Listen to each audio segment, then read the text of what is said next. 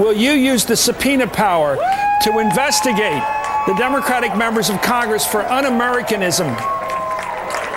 Okay, so your question was, if I heard you, I'm sorry, we got a very happy audience back here tonight. Well, they're probably cheering me, but let me ask you. Subpoena power, is that the question? Will you use the subpoena power, which you will have as a majority, if you claim the majority of the Congress? It looks like you will. Will you use the subpoena power to do what you said on my program you would do? Investigate the Democratic members of Congress for un-American activities. I think the first thing we're going to do is try and set the economy in order, because jobs is the big issue. You were just having a discussion about that. And what people want to make sure is that no one's taxes are going up. So I'm calling on Speaker Pelosi during the lame duck session to listen to the American people. They're speaking overwhelmingly tonight.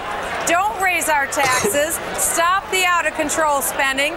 That's how we're going to get jobs back. So I hope that during the lame duck session, she'll have an extension of all of the current tax policy, because the very sad story is that 1 second after midnight, every taxpayer in the United States will see a dramatic increase in taxes. No one can afford that right now.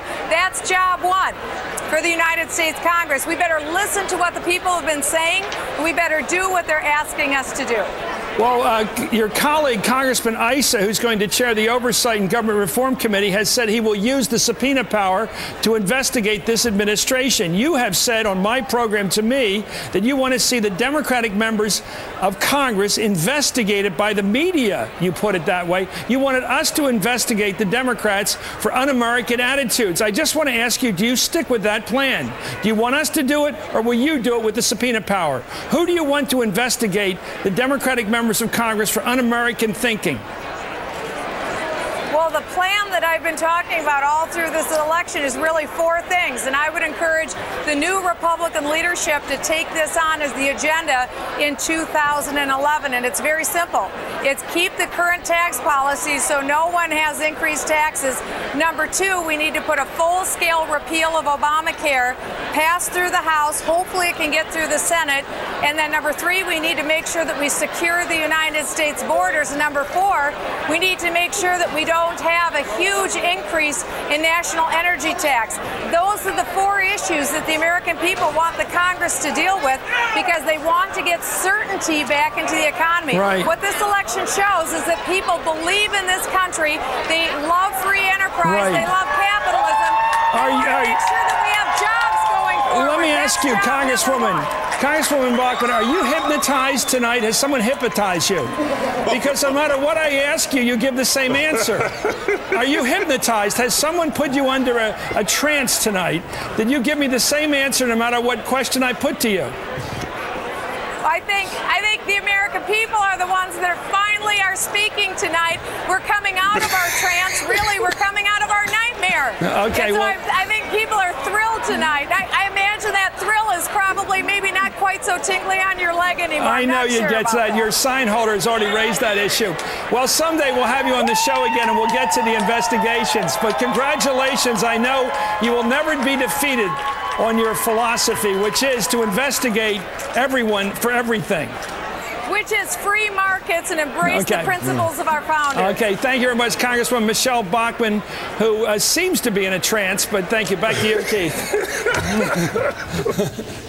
Between the trance and the tingle, I feel like... No, it's not a tingle. That's their word. When did this broadcast I never use that word. Physical? That's what I want to know. 2006. Can we talk for a second about what they're trying to do there? With that sign, they're trying to say MSNBC is in the tank and NBC is in the tank for Obama. Let me get back to this. That's what they're trying to say. That's ad hominem. Back during the 2004 Democratic Convention in Boston, when Barack Obama gave an inspiring speech about America and what America is capable of. And I wish he'd get back to talking about our country and that exceptional aspect of this country. You can actually come here and become an American no matter what your background.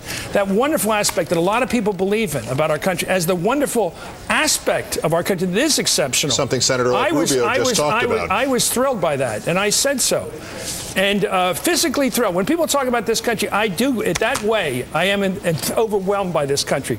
They're making fun of me, fine, for saying that. I can live with that. The important question is that Michele Bachmann has become a very successful sort of troubadour for the Tea Party by going around and making these extreme statements. On our program, she said she thought her colleagues right across the aisle should be investigated McCarthy style for anti-American attitudes. That was a strong statement. She either means it or she doesn't, or she's irresponsible. I tried to hold her account to that, and she didn't answer the question, and she did seem trance-like there. Every question I put to her was almost irrelevant to this sort of a thing she was talking, this directly, moronically looking directly at the camera and repeating over and over again the same words. I think you did give her the benefit of the doubt with the word hypnotized, and we'll leave it there.